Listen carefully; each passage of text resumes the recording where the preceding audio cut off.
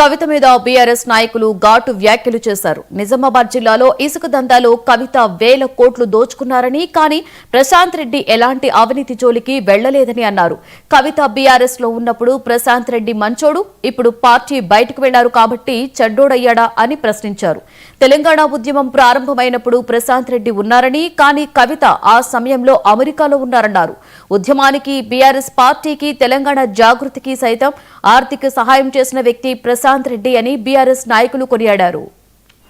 ఎక్కడైతే కళ్ళతో చూసిన దాన్ని కూడా మొన్న కామారెడ్డిలో కవితమ్మ గారు చాలా విరుద్ధంగా ఆమె కళ్ళతో ఆమె చూసిన దానికి విరుద్ధంగా మాట్లాడింది కాళేశ్వరం పైన. దానికి ఖండనగానే ఈరోజు మీ ముందుకు రావడం జరిగింది. కాళేశ్వరం ప్రాజెక్ట్ అంటే వరల్డ్ అంటే which is the large project ఏది ఉన్నది లిఫ్ట్ ఇరిగేషన్ లో అంటే వరల్డ్ లార్జెస్ట్ లిఫ్ట్ ఇరిగేషన్ ఎక్కడ ఉన్నది అని అంటే అది తెలంగాణలోనే ఉన్నది. దాని పేరు కాళేశ్వరంగానే ఉన్నది. ఇప్పుడు గూగుల్లో కూడా మనకు కనబడుతున్నది. ఇప్పుడు మీ తండ్రి గారైనటువంటి కేసీఆర్ గారిని మీరు కాళేశ్వరం మీద మాట్లాడితే ఆయన మీద మాట్లాడినట్టే. మీ కళ్ళతో చూసిన ఆ ప్రాజెక్టు ఇలా కాళేశ్వరం నీళ్లు ఆమె మాట్లాడింది ఏంటంటే నిజామాబాదు కామారెడ్డికి కాళేశ్వరం నీళ్లు రాలేదు.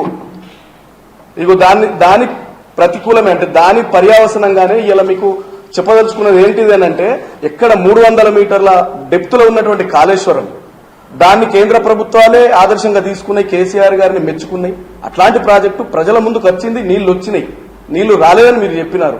ఎందుకంటే అది రివర్స్ పంపింగ్ ద్వారా మనం ఇలా కాకతీయ కెనాల్ కు అంటే మనకు పోచంపాడుకు ఎస్ఆర్ఎస్పీకి తీసుకురావడం జరిగింది. 126 కిలోమీటర్ల గ్రావిటీ ద్వారా దాని పంప్ హౌజులతో లిఫ్ట్ తీసుకొచ్చి 300 మీటర్ల లోతులో ఉన్నటువంటి కాళేశ్వరం నీళ్లను తీసుకొచ్చడం అంటే మామూలు విషయం కాదు. దీనిని ప్రజలందరూ పత్రికాముఖంగా పాత్రికేయులందరూ చూసినారు.